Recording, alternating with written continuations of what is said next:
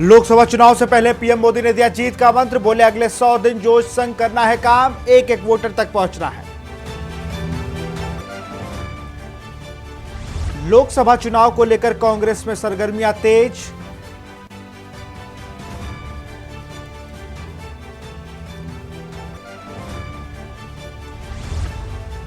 चार धाम यात्रा को लेकर तैयारियां तेज।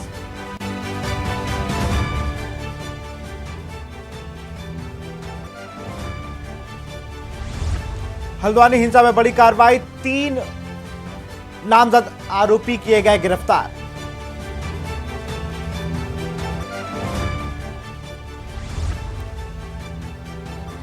घायल पत्रकारों को मुआवजे की मांग।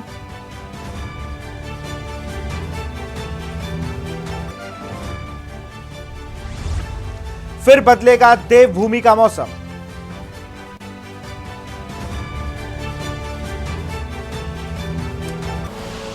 आप देख रहे हैं के न्यूज, खबरों का सारथी।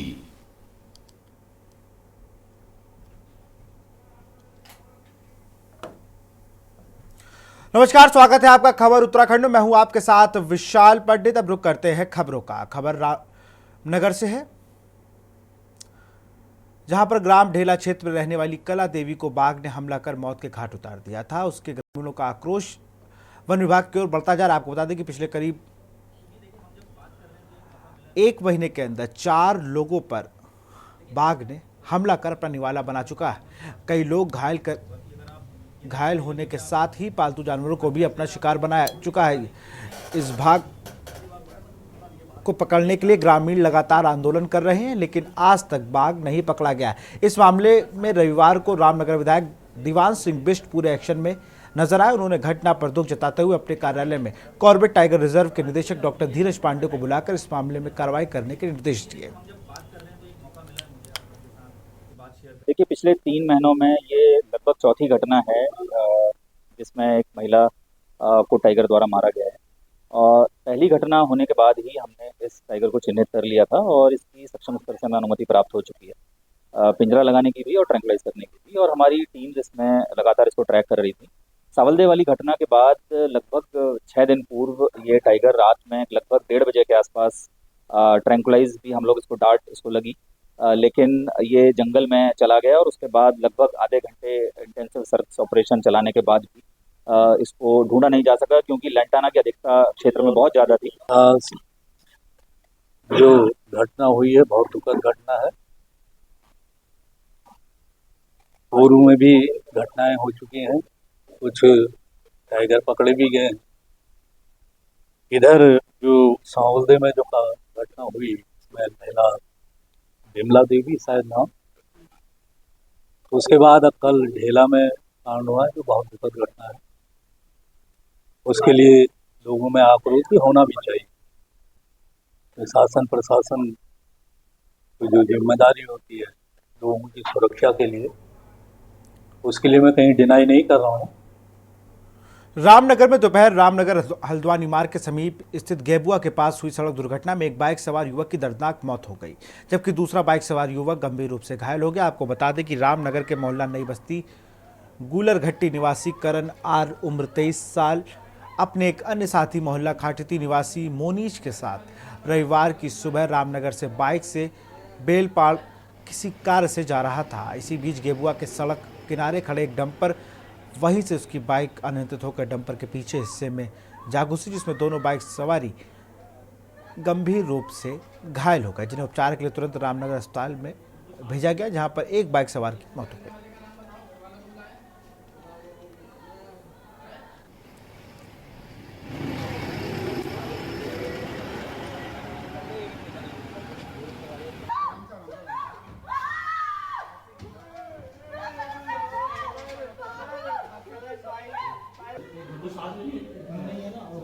वाले का नाम बताओ, घर वाला तुम लाए।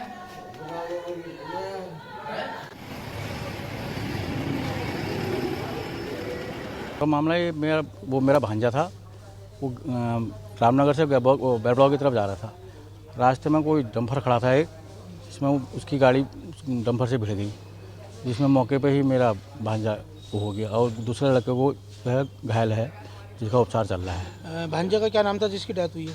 ये करण कुमार गुलरघट्टी का निवासी है, यहीं रामनगर गुलरघट्टी। बीते एक दशक से भाजपा का गढ़ रही टिहरी लोकसभा सीट पर कांग्रेस अपनी जीत सुनिश्चित करने के लिए तैयारियों को धार दे रही है, जिसको लेकर टिहरी लोकसभा प्रभारी मंत्री प्रसाद नैथानी का कार्यकर्ताओं से बैठक का दौर लगातार जारी है। गढ़ी कैंट क्षेत्र में बैठक का आयोजन किया गया। बैठक को लेकर टिहरी लोकसभा सीट प्रभारी मंत्री प्रसाद नैथानी ने कहा कि अब हमारी बैठकों का द्वितीय चरण है।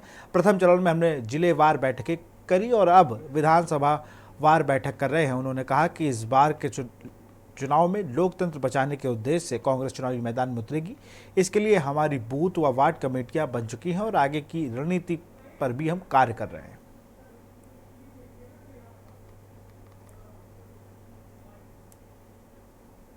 देखिए, पार्लियामेंट का चुनाव सिर पे है और कांग्रेस पार्टी की तरफ से पार्लियामेंट का टिहरी का कोऑर्डिनेटर होने के नाते ये बैठकें हम सेकेंड दौर की चला रहे हैं।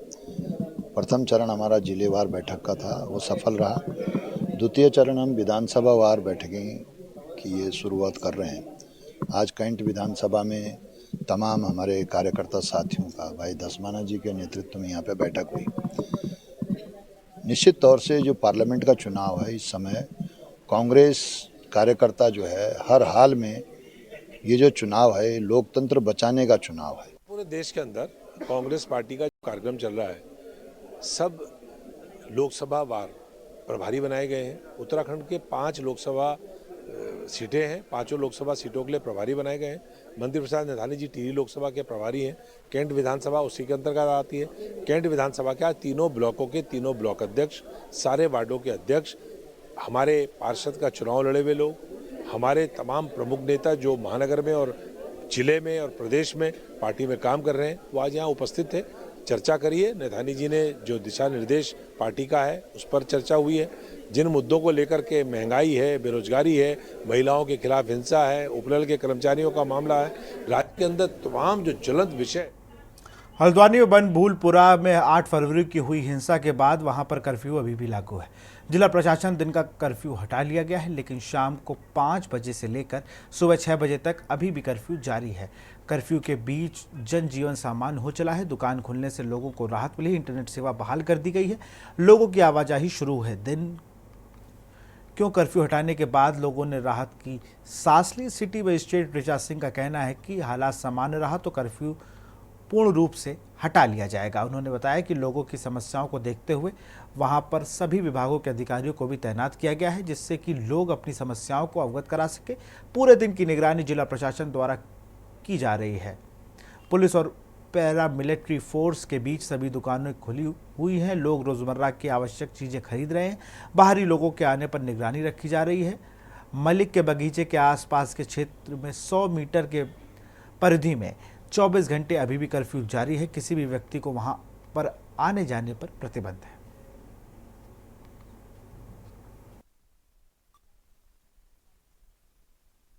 सभी जान रहे हैं, अब नाइट कर्फ्यू इस क्षेत्र में लागू है। शांतिपूर्वक सारी स्थिति है और सभी दुकानें खुली हुई हैं। लोग अब आराम से आ जा रहे हैं। इसके अलावा जो वो स्थल है जिसे मलिक का बगीचा, उसके आसपास जो कर्फ्यू लगा हुआ है वहाँ पर भी सुविधाएं लोगों को प्रदान की जा रही हैं। किसी को कोई समस्या है उसमें अधिकारी भ्रमण कर रहे हैं, उसे दूर किया जा रहा है। और इसमें हमारे जो शहर के इसमें इमाम साहब लोग हैं, जो मौलाना साहब लोग हैं, उन्होंने भी अपील करी है सभी लोगों ने। सब कुछ शांतिपूर्वक चल रहा है। ये स्थिति रही है तो शीघ्र ही उच्च अधिकारी इसमें हमें दिशा निर्देश देंगे और इस कर्फ्यू को आगे हटाया जाएगा। खबर देहरादून से है। कांग्रेस प्रदेश कार्यालय देहरादून में एआईसीसी के वॉर रूम ट्रेनिंग हेड द्वारा वॉर रूम के चेयरमैन नवीन जोशी की अध्यक्षता में आगामी लोकसभा चुनाव की तैयारियों को लेकर बैठक आयोजित की गई। इसको लेकर प्रदेश महामंत्री नवीन जोशी ने कहा कि प्रदेश की 5 लोकसभा सीट के डेस्क हेड और कोऑर्डिनेटर को ट्रेनिंग दी गई है, जिसमें उन्हें बताया गया है किस प्रकार से बीएलएस संपर्क किया जाएगा और कौन कौन सी योजनाओं को जनता के बीच लेकर जाएंगे। साथ ही अपनी बातों को लेकर लोगों तक पहुंचाने के लिए सोशल मीडिया के कार्यप्रणाली के बारे में भी बताया जाएगा। उन्होंने चुनावी रणनीति के बारे में बताते हुए कहा कि प्रदेश के सभी 17 विधानसभाओं में कोऑर्डिनेटर नियुक्त करेंगे, जिनका काम होगा कि लोगों तक पार्टी की योजनाओं को पहुंचाना। उन्होंने कहा कि हमारा उद्देश्य है बूथ स्तर पर संगठन को मजबूत कर 5 लोकसभा सीटों पर भाजपा का प्रदेश से सुपड़ा साफ करना। लोकसभा चुनाव 2024 के लिए सेंट्रल वॉर रूम की एक टीम आज उत्तराखंड में आई। उत्तराखंड प्रदेश कांग्रेस कमेटी वॉर रूम के जो हमारे 5 लोकसभा क्षेत्र के जो हमारे डेस्क हेड थे और जो हमारे कोऑर्डिनेटर थे, उनको आज हमने यहाँ पे ट्रेनिंग दी है और ट्रेनिंग में ये बताया गया है कि किस प्रकार से हम बीएलए से संपर्क स्थापित करेंगे और कौन कौन सी योजनाएं हम जनता के बीच में लेके जाएंगे। जिस प्रकार आजकल ये मीडिया और प्रिंट मीडिया में, इलेक्ट्रॉनिक मीडिया में हम लोगों की जो बातें नहीं पहुंच पाती हैं, तो किस प्रकार से हमारा सोशल मीडिया काम करेगा, ये सारे मुद्दों को लेकर आज हमने यहाँ पे ट्रेनिंग आयोजित की गई है। उसमें जो हमारे सेंट्रल वॉर रूम के जो ट्रेनिंग हेड थे ललित जी, उन्होंने लोगों को अवगत कराया है और हम पूरे इसमें बूथ स्तर पर और पूरे जो हमारे जिलाध्यक्ष हैं, जो हमारे एमपी के कैंडिडेट्स रहेंगे, इनसे हम संपर्क स्थापित करेंगे। जिलाधिकारी एवं जिला निर्वाचन अधिकारी देहरादून डॉक्टर सोनिका की अध्यक्षता में ऋषि रोना सभागार में कलेक्ट्रेट देहरादून में समस्त मान्यता प्राप्त राजनीतिक दलों के प्रतिनिधियों के साथ बैठक शुरू हुई। बैठक में उन्होंने राजनीतिक दलों के पदाधिकारियों से अनुरोध किया कि वे अपने स्तर पर भी बूथ का निरीक्षण करें। यदि कहीं पर भारत निर्वाचन आयोग की गाइडलाइन के अनुसार मूलभूत सुविधाएं नहीं है तो उसकी जानकारी प्रशासन को दे। वहीं उन्होंने संबंधित अधिकारियों को निर्देश दिए कि राजनीतिक दलों से मिलने वाले विभिन्न प्रस्तावों को देखें और उसका नियमानुसार निस्तारण करें।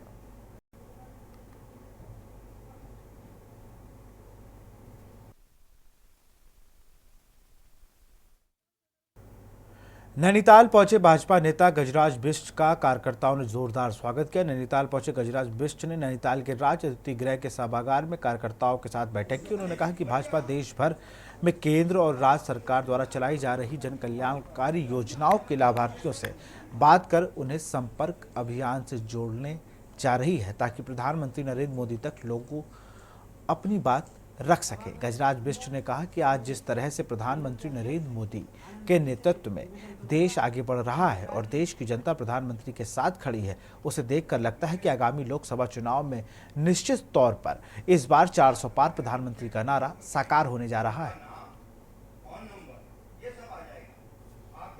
1 मार्च से 5 मार्च तक पूरे देश में जितने भी सरकार से जिन्होंने लाभ प्राप्त किया है या सरकार ने जिनको सहयोग किया है, उन सब से भारतीय जनता पार्टी का संपर्क अभियान प्रारंभ हम करने जा रहे हैं।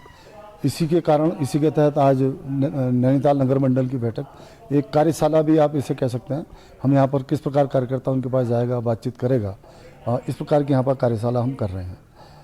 माननीय मोदी जी का मानना है कि पूरे देश के जितने भी लोग हैं उन सब का फीडबैक उन तक पहुँचे और जो भी भारत को किस प्रकार हम विकसित देश बना सकते हैं।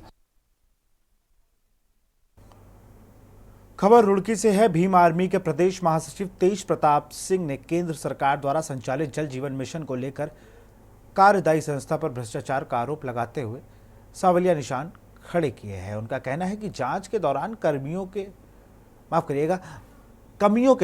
को छिपाने के उद्देश्य से निर्माण कार्य कराने में लगे हैं, जबकि उनका साफ तौर पर कहना है कि विभाग द्वारा उक्त काम का पेमेंट भी कर दिया गया है। इस संबंध में जब उन्होंने विभाग के अधिशासी अभियंता व जेई से फोन पर बात की तो उन्होंने काम रुकवाने का आश्वासन दिया। आपको बता दें, केंद्र सरकार द्वारा संचालित जल जीवन मिशन हर घर जल को कार्यदायी जल संस्था विभाग को जिम्मेदारी दी गई थी, जिससे विभागों ने सहायक एजेंसी के माध्यम से विभिन्न गाँव में हर घर जल पहुंचाने के कार्य तो किए, लेकिन यह कार्य सही प्रकार से हुआ ही नहीं। इसकी जानकारी विभाग के अधिकारियों ने नहीं ली, बल्कि सरकारी धन की जमकर बंदरबाट हुई।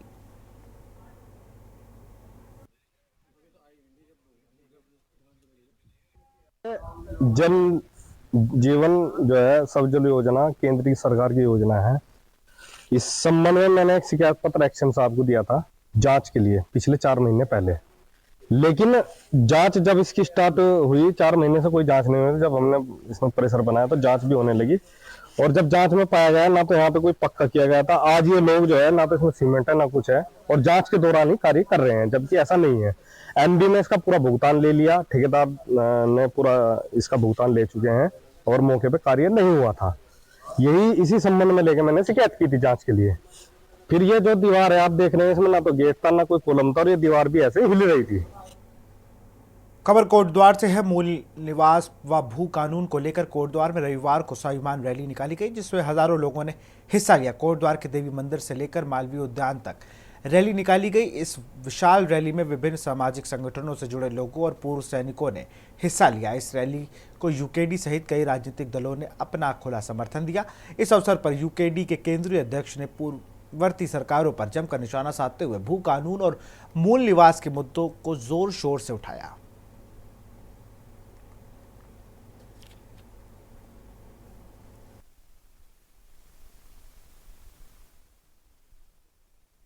दल ने राज्य का आंदोलन शुरू करा, राज्य प्राप्त करने तक जो है आंदोलन चलाया। उसके बाद बारी बारी जनता ने कांग्रेस और बीजेपी को जो है सत्ता सौंपी। लेकिन आज 24 साल होने को है, 24 साल बाद जनता को भी, युवाओं को भी पता चल गया कि वाकई ये तो हमारी ज़मीन से लेके नौकरी से लेके सब कुछ खुर्द-बुर्द हो गया है और हमारे पास कुछ भी नहीं बचा हुआ। यहाँ 40 से 50 लाख लोग बाहर के आगे अस्थायी निवास बना दिया और नौकरी पे मूल निवास को भी उतना ही और उनको भी उतना ही। तो ये बहुत भू कानून और मूल निवास एक बड़ा मुद्दा है। राज्य का निर्माण, जिस परिकल्पना को लेकर राज्य का निर्माण किया था, उस परिकल्पना पर यहाँ की राजशाही, यहाँ की नौकरशाही खरी नहीं उतरी है। इस राज्य की दिशा और दशा तय करने वाले लोग, जो राज्य की दिशा और दशा को तय करते हैं, वो तमाम लोग, चाहे वो नौकरशाह हो, चाहे वो राजनेता हो, उन्होंने इस राज्य को भटकाने का काम किया है और राज्य भटक रहा है, नौजवान सड़कों पर है। हम सभी एकजुट होकर यहाँ, हम किसी राजनीति से प्रेरित होकर नहीं आए हैं, हम अपना हक लेने आए हैं। हम भू कानून लेके रहेंगे और हम चाहते हैं कि जैसे हिमाचल में भू कानून है, उसी तर्ज पे हमारे उत्तराखंड में भी भू कानून लागू हो। यहाँ रुकते एक छोटे से ब्रेक के लिए, जल्द हाजिर होंगे। ब्रेक के बाद आपका स्वागत है। उत्तराखंड की प्रथम मेयर व राज्यसभा सांसद रही दिवंगत मनोरमा डोबरियाल शर्मा को आज मनोरमा डोबरियाल मेमोरियल फाउंडेशन की ओर से श्रद्धांजलि अर्पित की गई। इस दौरान उनके राज्य के प्रति उत्कृष्ट कार्यों को, योगदान को याद किया गया। इस दौरान अपने परिवार की आर्थिक का सहारा बनी महिलाओं को भी सम्मानित किया गया। मनोरमा डोबरियाल मेमोरियल फाउंडेशन की अध्यक्ष ने उसको याद करते हुए कहा कि उनके दिवंगत हुए 9 वर्ष बीत चुके हैं, लेकिन समाज और महिलाओं से जुड़े उनके कार्यों को हम सदैव अभी भी याद करते हैं और उनको श्रद्धांजलि देने के साथ ही आज उन महिलाओं को भी सम्मानित किया जाएगा जो सशक्त रूप से अपने परिवार की आर्थिक स्थिति में मदद कर रही हैं। मैं बोलना चाहती हूँ कि हमारी माँ आदरणीय मनोरमा डोबरियाल शर्मा जो कि सांसद रही हैं, उनकी आज पुण्यतिथि और 9 साल आज उनको हो गए हमारे बीच के से गए हुए। और उनकी हर साल उनका एक जो जन्मदिन है और एक आज के दिन हम लोग महिलाओं को सम्मानित करने का काम करते हैं, क्योंकि वो एक नीचे से जुड़ी हुई महिला थी, महिलाओं के साथ जुड़कर काम करने वाली महिलाएं थी। तो इसीलिए आज हम महिलाएं जो खुद से मेहनत करके जो अपने घर को चलाती हैं, जो अपने बच्चों को पालती हैं, आज हम उन महिलाओं को सम्मानित करने का काम किया और जब तक जीवित हैं तब तक ये काम हम लोग करते रहेंगे। खबर विकासनगर से है। तेजी से बदलते माहौल और भविष्य को देखते हुए मदरसे में पढ़ने वाले छात्र छात्राओं को दीनी तालीम के साथ ही दुनियावी तालीम भी दी जा रही है। साथ ही छात्र छात्राओं की रुचि के मुताबिक उनको खेल कूद और अन्य प्रतियोगिताओं के लिए भी तैयार किया जा रहा है। इसी क्रम में आज विकास अंतर्गत बुल्का की वाला स्थित मदरसा तहफीजुल कुरान जूनियर हाई स्कूल में विज्ञान प्रदर्शनी का आयोजन किया गया, जिसमें मदरसे के अंतर्गत छात्र छात्राओं द्वारा सोलर प्लांट, सूर्य ग्रहण, ग्रीन हाउस प्रभाव, पुलिस स्टेशन, स्मार्ट सिटी, पवन ऊर्जा और सौर मंडल पोस्ट आदि 3D मॉडल बनाकर प्रदर्शित किए गए। साथ ही इस दौरान छात्र छात्राओं ने अपने द्वारा बनाए गए मंडलों के बारे में भी विस्तार से बताया। मुख्य अतिथि द डिवाइन स्कूल के प्रबंधक के द्वारा बच्चों को बताया गया कि किसी भी काम को करने के लिए उसका टाइम मैनेजमेंट और प्रतिभा को चयन करना बहुत जरूरी है। आज मदरसे में विज्ञान प्रदर्शनी का आयोजन किया गया, जिसमें बच्चों ने 3D मॉडल के द्वारा सौर मंडल, पवन ऊर्जा और 3D में पोस्ट ऑफिस और स्मार्ट सिटी, इन चीज़ों के बारे में समझाया है और ये बच्चों के द्वारा ही किया गया है। और ऐसे ही सामान्य ज्ञान की प्रतियोगिता बच्चों के बीच में कराई गई उसमें प्रथम, द्वितीय, तृतीय आने वाले बच्चों को पुरस्कार दिए गए, उनको सर्टिफिकेट दिए गए। आज मदरसे में ये प्रोग्राम हुआ है। खबर रुड़की से है। मतदान और स्वास्थ्य के प्रति जागरूक करने के लिए रुड़की के सैकड़ों लोगों ने एक साथ सड़कों पर दौड़ लगाई। विजेताओं को नगद पुरस्कार के साथ प्रतिभागियों को मेडल और प्रमाण पत्र वितरित किए गए। प्रशासन की ओर से आयोजित रुड़की हाफ मैराथन BIG के पवेलियन ग्राउंड से शुरू हुई। अलग अलग आयु वर्ग की 3000 से अधिक प्रतिभागियों ने दौड़ लगाई। मुख्य अतिथि बंगाल इंजीनियरिंग ग्रुप के कमांडेंट ब्रिगेडियर राजेश भट्ट, मुख्य विकास अधिकारी प्रतीक जैन और रुड़की ज्वाइंट मजिस्ट्रेट दिवेश साचनी ने संयुक्त रूप से झंडी दिखाकर प्रतिभागियों को रवाना किया। BIG कमांडेंट राजेश भट्ट ने कहा कि हम सभी की जिम्मेदारी है कि अपने आसपास के लिए लोगों को मतदान के लिए जागरूक करें। वहीं ज्वाइंट मजिस्ट्रेट रुड़की ने कहा कि हाफ मैराथन के आयोजन से लोगों में एक जागरूकता आएगी और जिस तरीके से उनके द्वारा पिछले लगभग 6 माह से इस मैराथन दौड़ की तैयारी चल रही है, आज वह संपन्न हुई।